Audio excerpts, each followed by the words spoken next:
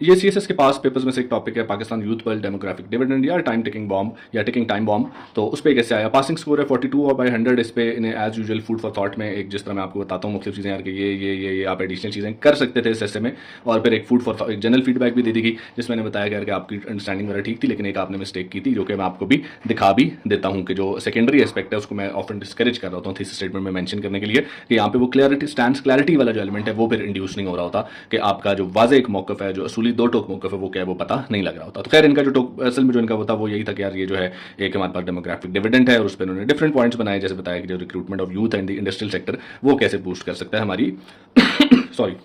हमारी economic growth को। फिर उन्होंने केस इन पॉइंट भी दिया कि बांग्लादेश ने कैसे अपने ग्रोथ मॉडल को अपनी ग्रोथ को इंक्रीज किया। फिर जो पाकिस्तानी यूथ है, हमारी जो यूथ है वो क्या कर सकती है, वो हमारे जो एग्रीकल्चर सेक्टर है वो उसको किस तरह से रिवाइटलाइज कर सकती है, हमारी प्रोडक्टिविटी को इंक्रीज कर सकती है विद प्रॉपर गाइडेंस और एग्रीकल्चर बेस्ड नॉलेज। उस पर हमने थोड़ी सी बात की और चाइना की एग्जाम्पल दी कि चाइना ने अपने एग्रीकल्चर सेक्टर को किस तरह से बूम किया। फिर जो हमारे जो यंग माइंड्स हैं वो क्या कर सकते हैं, they can be exported as skill labour. ये इतनी कोई अच्छी बात तो नहीं होती, लेकिन ऑब्वियसली जब चीज़ें हो रही होती हैं तो आपको अपना कोई ना कोई लेबर तो एक्सपोर्ट करना पड़ ही रहा होता है डिफरेंट ममालिक में, क्योंकि आपके अपने कंट्रीज में इतनी अपॉर्चुनिटीज नहीं होती। फिर जो एजुकेटेड, अब ये कैसे करेंगे आपके यहाँ, ये तो नेगेटिव पॉइंट है, लेकिन जब वो जाएंगे तो in terms of foreign remittance और तरह की जो चीज़ें और पाकिस्तान का नाम रोशन करने में जो किरदार अदा करेंगी, तो उस हवाले से आप इस पॉइंट को इधर मेंशन कर सकते हैं। फिर एजुकेटेड फीमेल्स जो हैं, जो हमारी जो यंग फीमेल्स हैं वो क्या कर सकती हैं, वो भी जो स्मॉल बिजनेस हैं, जो स्मॉल स्टार्टअप्स हैं और अनएम्प्लॉयमेंट वगैरह है उसको वो कंट्रोल कर सकती हैं अपने small and medium size enterprises जो बिजनेसेस होते हैं उनकी मदद से।